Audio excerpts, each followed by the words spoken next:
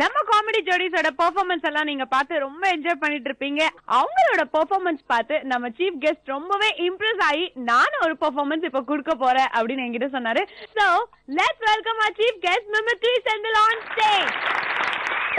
அவர்களை கூப்பிட்டு ஒரு ஜெனரலா ஒரு பாட்டு ஒண்ணு கொடுத்து ஒரு வாடகை வீடு அவள் ஒரு தொடர் கதை படத்துல வர்ற அந்த சீக்வன்சர் அப்படியே மாத்தி அவர்கள் சொல்றாங்க. பாரதி ராஜா சொல்றாரு, அதாவது என்ன கேரக்டர்னா இந்த படத்துல வந்து அந்த கதாநாயகி வந்து வாடகை தரதுல அவன் தம்பி வந்து வீட்டுக்கு சரியா வர்றதுல குளிக்கிறது இல்ல. இந்த சுச்சுவேஷனுக்கு ஒரு பாட்டு வேணும். ஐயா அந்த சுச்சுவேஷனுக்கு ஒரு பாட்டு நான் போடுறேன். அதாவது வாடகை தர்ற வீடு தண்ணி வரல ஆட குழா என்ன பக்கத்துல கிணறு என்ன ஓனர் எங்கே நானும் குளிக்கல நீயும் குளிக்கல. I will expecting this type of entertainment. What they will expecting that we are taking Bharat and the location the frame சொல்லும்போது அப்படியே அந்த பாரத் அப்படியே அந்த பிரேம்ல நிக்கிற மாதிரி இருக்கா. நம்ம பெரியராசன் வராரு. என்னையா பாட்டு பண்ணிட்டு இருக்கிறீங்க எல்லாருமே ஒண்ணுத்துக்கு வாதுங்க பாட்டு பாரு கல்வி பால் ஊத்து கரெக்டா கொண்டு போடுவானுங்க. இவங்க படுத்த வர்றாரு பாரு நம்ம தென்கட்சி சாமிநாதன் அவர்கள் கேளுங்க. இதை வாருங்க தம்பி, ஒரு மனுஷனுடைய வாழ்க்கை எப்படி வேணாலும் மாறலாம், எப்படிதான் இருக்கணும்லாம் இல்ல. இந்த பாக்யராஜ் வந்துட்டார், அவர் கூட கேளுங்க. அதாவதுங்க நீங்க சொல்ற சுச்சுவேஷன்லாம் வந்து ஒரு வகையில அக்செப்ட் பண்ணிக்கலாம். பட் சில டைம்ல அப்படியே ஒரு மாதிரியா தான் அப்படியே ஃபீல் பண்ணிக்கிட்டு போகுது. வேணா சாலமன் பாப்பியா வர்றாரு, அவர்கள் கேளுங்க. என்னையா அவங்க சொல்றது இவங்க செய்யறாங்க, நமக்கு தெரிஞ்சது சொல்லிட்டு போறோம் இல்ல. அதான் பாருங்க மம்முட்டி வர்றாரு. நல்ல மாடு சூடு நல்ல மனுத்தூர்கள் ஏன்டா நான் விட கேள்மா கத்துரு இப்படி ஒரு சுச்சுவேஷன் இப்படி ஒரு பாட்டு தேவையில்லை. இதோ இந்த மோகன்லால் வராரு. இதோ நம்ம இந்த படத்துல உன்னை போல் ஒருவன் படத்துல நடிச்சார். எனக்கு இதே ஒரு உடன்பாடு இல்லை.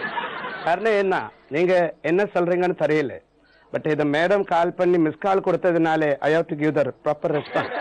நீங்க எனக்கு ரெஸ்பான்ஸ் கொடுக்கல. என்ன பல்ராம் நாயுடு அம்மாயா பேசுக்கு நடக்கிறீங்க, நடுவுல வாடகை தரல வாடகை தராது அது எப்படின்னா போவியா இந்த கலிப்புலா கான் வர்றாரு அவர்கள். அரே சார் எங்க அம்மாவுக்கு நீங்க ரத்தம் குத்துக்கிறீங்க சார், முத்தம் குத்துக்கிறீங்க சார். அண்ணாயா ரத்தமா முத்தமா கிருஷ்ணவாணி பாட்டி அண்ணா ஆதான் கட்டில போனவன் எங்க போனே எங்க அவதாசிங்.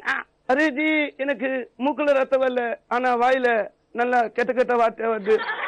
நம்ம மதன் பாபு இருக்காரு, அவரு கேளுங்க. இதெல்லாம் வாழ்க்கையில சரிப்பட்டு வராது. எல்லாருமே லூசுத்தனமா தான் பேசுறாங்க. ஆனா ஸ்மைல்ன்றது நம்ம சிரிக்கணும். எவ்வளவு பெரிய பருப்பா இருந்தாலும் குக்கர்ல ஊற வைக்க முடியாது. ஏரியாவுக்கே ரவுடியா இருக்கு. ஆனா தெருநாய் தொட்டிங்கன்னா ஓடிதான் ஆகணும். இந்த மாதிரி சுச்சுவேஷன் ஏகப்பட்ட விஷயங்கள் இருக்கலாம். நம்ம ஷோ வர்றாரு. அரசியல்ல போனாலே ஒரு வகையான ஒரு டைப்பா இருப்பாங்க. இப்படி போனாலும் அப்படி போனாலும் எப்படி போனாலும் மக்கள் சந்தோஷம் பண்ணா. ஸ்டேட்மெண்டா சென்டிமெண்டா கவர்மெண்டா பார்லிமெண்டா அசைன்மெண்டா ரிட்டையர்மெண்டா பனிஷ்மெண்டா ட்ரீட்மெண்டா ஜட்ஜ்மெண்டா இது மாதிரி டவுட்டா இருந்தா நம்ம டி ராஜேந்தர் லவ்ல ஃபெயில் ஆகி அவங்க அந்த அம்மாவை பார்த்து லவ்ல ஏமாத்தின ஒரு பொண்ணை பார்த்து டி ராஜேந்தர் கவிதை படிக்கிறார்.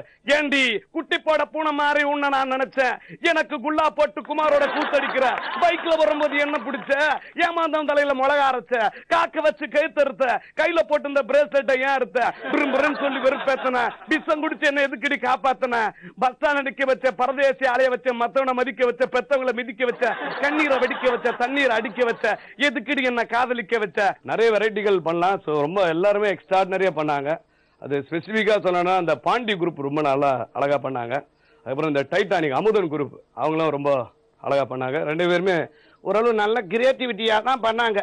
எந்த ஒரு விஷயத்தையும் கிரியேட்டிவிட்டியா பண்ணோம்னா வாக்கள் என்ன இருக்கு. அதனால் அழகாக பேசிய அந்த மக்களுக்கு அழகான பரிசு போய் சேர வேண்டும். அப்படி பரிசு போய் சேர்ந்தா அந்த மக்கள் மகிழ்ச்சி அடைவார்கள்.